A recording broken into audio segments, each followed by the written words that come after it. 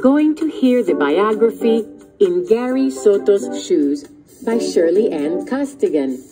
It begins on page 49. When you hear this sound,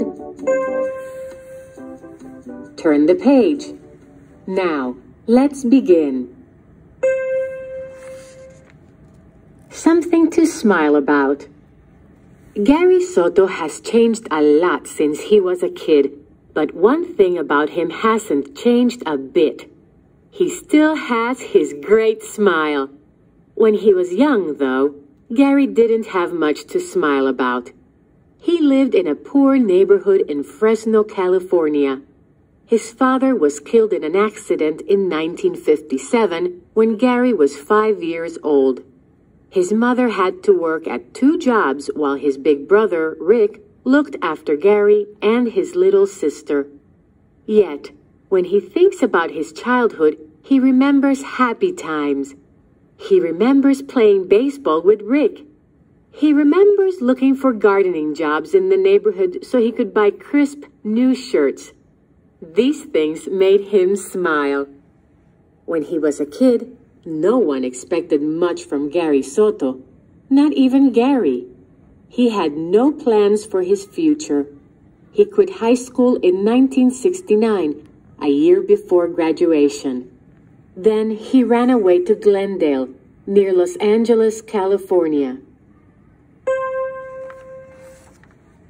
In Glendale, Gary got a job at a tire factory. The job was awful. Black dust covered his skin. Toxic fumes from the hot rubber filled his lungs. He returned home without a plan. He knew that he wanted a better job, but what could he do?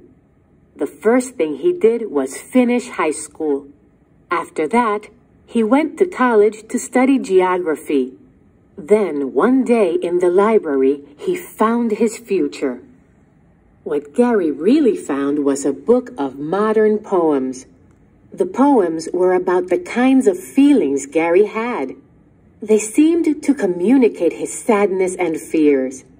These writers felt like he did, and they wrote about it. Wow, he thought, I want to do this too. So Gary began to write poetry and study literature. Gary's first book of poems was about family, life in the city of Fresno, and Mexican farm workers. He really smiled when it was published in 1977. Mr. Soto still has a lot to smile about today. Through his books, he communicates the feelings that all people can have. Read them and say, wow.